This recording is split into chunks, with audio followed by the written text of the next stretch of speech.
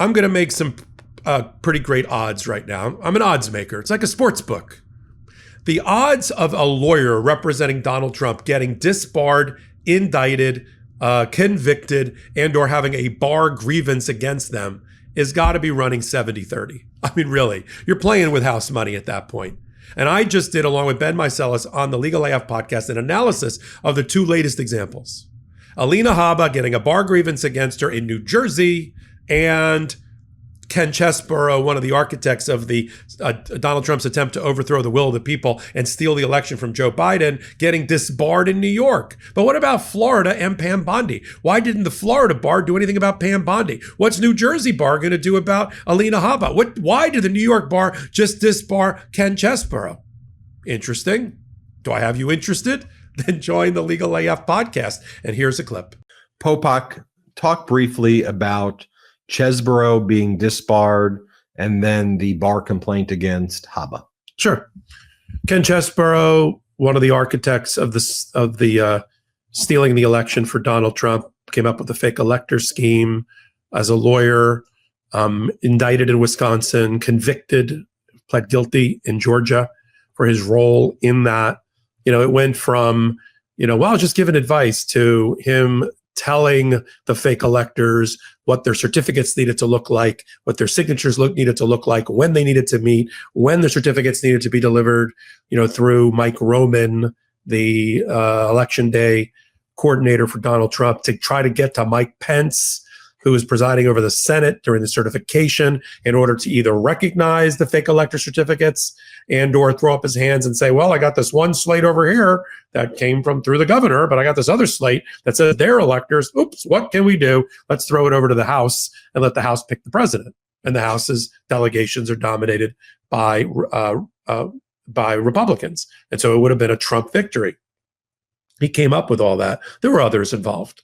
Sidney Powell and Peter Navarro, Mike Roman, as we've talked about, Jenna Ellis, Jim Trupis. There's a lot of people. He pled guilty, along with Sidney Powell and Jenna Ellis in Georgia, but he forgot to report it to places where he was admitted to the bar, like New York. And that's a problem. When you are convicted of a crime, you need to report it promptly to, we're a self-regulating profession. And every state has a code of professional responsibility or code of professional conduct. It's based, coincidentally, on the American Bar Association model rule. And then that state determines who's going to regulate and police those ethical rules. It's either a unified bar like in Florida, which is run by the Florida Bar, or a state allows its Supreme Court or some version of their court system to administer that set of rules and suspend and disbar people based on investigations that are opened either anonymously or through a grievance that's filed and the like. So they opened up an investigation against Chesebro, and they did a referee did a full investigation, and I'm a member of the New York Bar. Not of the department that he's a member of, but that department with 3 judges in the appellate division took a look at all the evidence and said, yeah, you're disbarred. We're striking you from the rolls in New York, much like Rudy Giuliani was, and you can't practice in the state of New York any longer. And he now has the opportunity to appeal that to the Court of Appeals in New York, the highest court.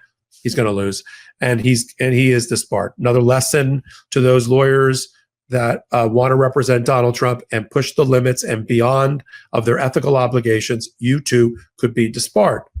Now, I'll make one contrast that with something else. Pam Bondi, just as Alina Habba, the acting interim U.S. attorney for New Jersey, both got hit with grievances in the last couple of weeks, grievance letters. Bondi, because she's violating left and right the Department of Justice manual and trying her cases in the public with propaganda, leaking perp walks of judges that they've arrested, making extrajudicial statements outside the courtroom in order to influence what's happening inside the courtroom with judges and juries, all the things you're not allowed to do, and it's unethical. Lack of candor to the tribunal, lying to the courts, those types of things. Florida Bar said, we have a policy about Pam Bondi particularly. We're not going to, if she's a federal officer, even though she has a bar license, we're dismissing the grievance until she's done being a federal officer. I don't know what they're talking about. And I doubt that New Jersey, which is where Alina Habba just got a grievance against her, brought by a public interest group, because she similarly has violated about 6 rules of professional responsibility in the short time that she's been the U.S. attorney for the entire state of New Jersey, including everything she did with arresting, indicting, and dismissing the indictment of Mayor Baraka of Newark, indicting LaMonica McIver, a member of the House of Representatives in New Jersey who just pled not guilty, all because she had the temerity to go down and take a look as a member of Congress at a federal immigration detention center operated by people who donated to Donald Trump, and she gets arrested and has to continue to stand charges. Also threatened Alina Habba to investigate and open up a criminal investigation against the New Jersey governor, Governor Murphy, and a friend of yours. When I say a friend of yours, he's been on the show with you a number of times, the Attorney General for New Jersey, Matt Plotkin, because they're not enforcing immigration policy as Donald Trump sees fit. And that is, again, another violation of ethics rules, threatening a criminal prosecution in order to gain an advantage in some other civil matter. So New Jersey is not Florida. I'm a New Jersey boy. It's a pretty powerful grievance against her. I don't get the argument that Florida made, which is, well, they're feds, so we're not going to deal with it. If you're going, you do not, let me make this clear to our audience. You don't have to be a lawyer to be a judge. You don't. You don't have to be a lawyer to be on the Supreme Court. It helps. You don't need to be a lawyer to be an attorney general. You don't. Donald Trump could have picked X, Y, and Z, guy, woman, whoever, that's not a lawyer to be the attorney general of the United States. There's nothing in the Constitution that says the judge or those people have to be. And I know there are people who are on the Supreme Court of some states who have never been judges before, and you don't necessarily have to be a lawyer. But if you are a lawyer and you have your bar license, until you turn it back, you are subject to the regulation of your bar for your ethical conduct, even if you're not operating as a lawyer. I know CPAs that have a law license. They screw up as CPAs, they could be disbarred, because as long as they're holding themselves out and they have that credential, they are subject to the ethical investigations and regulatory powers of that profession. If you don't want your license, Alina, and if you don't want your license, Pam, then turn it back. And then you won't have to worry about the bar investigating you for ethical violations. But if you're going to hold yourself out as a lawyer and pay your dues and whatever, an officer of the court, and practice in courts as a lawyer, not sure you can practice in courts without being a lawyer, but maybe you can, then you need to be subject to this investigation. So Chesebro disbarred. Started the process right now for Alina Habba. I'm sure wherever Pam Bondi is also a member of the bar, maybe she's a member of the DC bar, they can open up investigations related to her. But I don't think, Ben, you don't think they get a pass because they're in the federal government, do you? Well, look, I think when it comes to Habba, I think that, I don't think she's going to be confirmed, right? I think that her time will end once her special session and that deadline passes. So, she's on a time clock. So for her, it doesn't really matter. Look, with respect to, Bondi and the complaints against Bondi as the attorney general, my view is that any action against Bondi will happen after she's attorney general. And I think after the nation has a deep reflection about the moment that we're living in, which is past a constitutional crisis. It is a dictatorship in the United States of America. It is a kakistocracy, a dictatorship of idiots and some of the least qualified people. But America's like, let's not try to ignore the reality here. America now has a Congress the way North Korea has a Congress. America has a judiciary the way Iran has a judiciary. With the Supreme Judicial Council or whatever it is there.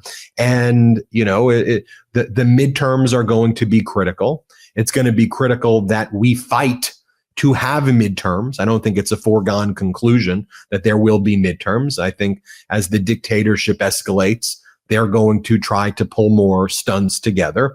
But I leave you with hope. And the hope is that Americans hate this stuff right now.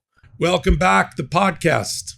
You can get your Legal AF in lots of different formats and forms. It's like, when you shop for Halloween candy, you get the big giant Snicker bar. You get the little tiny Snicker bars. You get the little Snicker bar inside of an Easter egg, whatever. Same thing with Legal AF. Legal AF, the podcast, Wednesday and Saturday, 8 p.m. Eastern time, and on audio podcast platforms of your choice. It's the full-size bar. It's the Snicker bar, the big giant Snicker bar.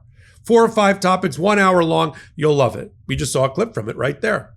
If you want shorter versions, we do hot takes at the intersection of law and politics. I do about 15 a week over on the on Midas Touch. I do about 30 a week over on Legal AF, the YouTube channel. Put it all together along with the audio podcast, and what do you get? You get to be a Legal AFer. I'm inviting you to be a Legal AFer. So join the movement today. Join Legal AF, the podcast. Join Legal AF, the YouTube channel. We got a Legal AF Substack as well. So until my next report, I'm Michael Popak. Can't get your fill of Legal AF? Me neither. That's why we formed the Legal AF Substack. Every time we mention something in a hot take, whether it's a court filing or a oral argument, come over to the Substack. You'll find the court filing and the oral argument there, including a daily roundup that I do called, wait for it, Morning AF. What else? All the other contributors from Legal AF are there as well. We got some new reporting. We got interviews. We got ad-free versions of the podcast and hot takes. Where? Legal AF on Substack. Come over now to free subscribe.